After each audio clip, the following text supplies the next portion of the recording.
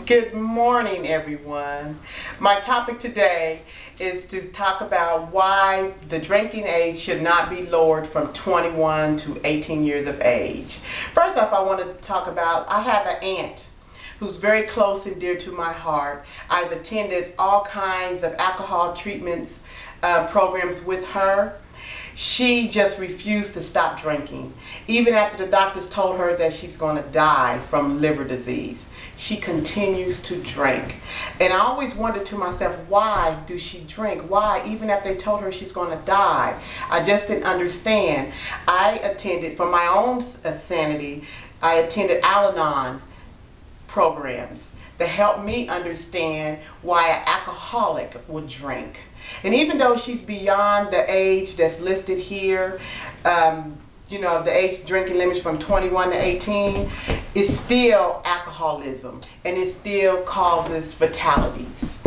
I have a friend also who had a teenage son. He went out to party with his friends one night. I think it was like on graduation night. He was 18 years of age. She talked to him and she pleaded with him about not drinking and driving. But he decided that he could handle himself. He and his friends, they were out partying, they had a good time with all their girlfriends and things of that nature. And he got behind the wheel. When he got behind the wheel, the alcohol clouded his mind and his judgment. And he also lost control of the wheel, which resulted in his death. And also it resulted in other folks' deaths too also, because his car collided with other people who unknowingly knew that they were going to die.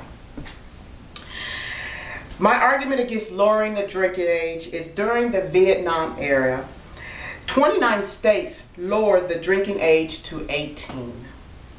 Reasoning that thousands of men and women were young enough to go into the armed services, the Army, the Navy, the Air Force, the Marines, to die for our country.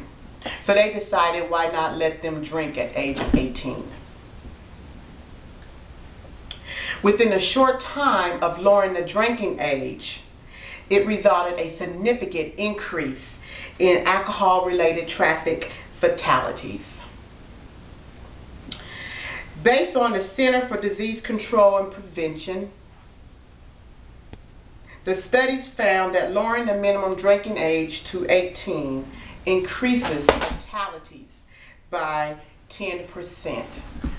So that's why I'm standing here to share with you all about my reasoning in not lowering the drinking age from 21 to 18. It causes a lot of cognitive problems, and I'm asking you all of the students, the graduates that are within that age, to really choose wisely and really think when they're out there on the road and driving, and when they're at a party. If you think you're going to drink, ask someone to drive you home.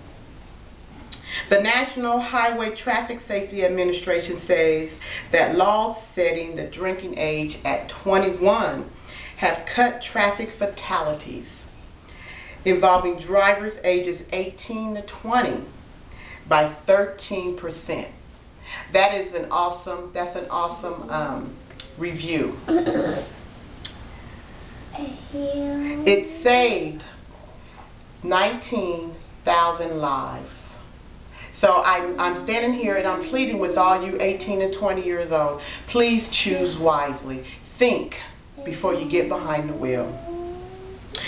In Vermont, they voted to increase the age in 1985 because the alcohol-related traffic fatalities reportedly dropped by 40%. That's a significant drop. According to the Vermont State Police, since alcohol is still leading causes of death among teenagers in highway crashes, activist groups like MAD, Mothers Against Drunk Driving, argue that law is serving a valuable purpose. We have many organizations that's out there rallying against drinking and driving because it kills. In most states, the legislative efforts have died without much support. Some organizations are hoping to reopen the issue for the 2010 election. And I ask that all of you to be a part of this. Whether you get petitions out and get people out to sign petitions, the more people that sign the petitions, the more we can get the laws to change. The more we can get the states to continue to keep the drinking age at 21. Because I really feel that at the age of 18, 17, or even 16, the young people's minds are not totally developed. The Choose Responsibility plan is similar to the approach used by many states to educate and license young drivers. This plan is in favor of having 40 hours of courses in teaching young people how to be responsible when they're behind the wheel. This plan is going to license young people to drive.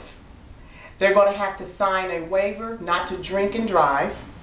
They're going to have to attend educated courses relating to alcohol as to what alcohol will do to them, the dangers of alcohol, and things of that nature, taught by a licensed educator who is educated in alcohol-related issues. The safety issues related to alcohol consumptions will all be taught by a certified trainer. So I'm asking you all to please think before you get behind the wheel. Do not drink.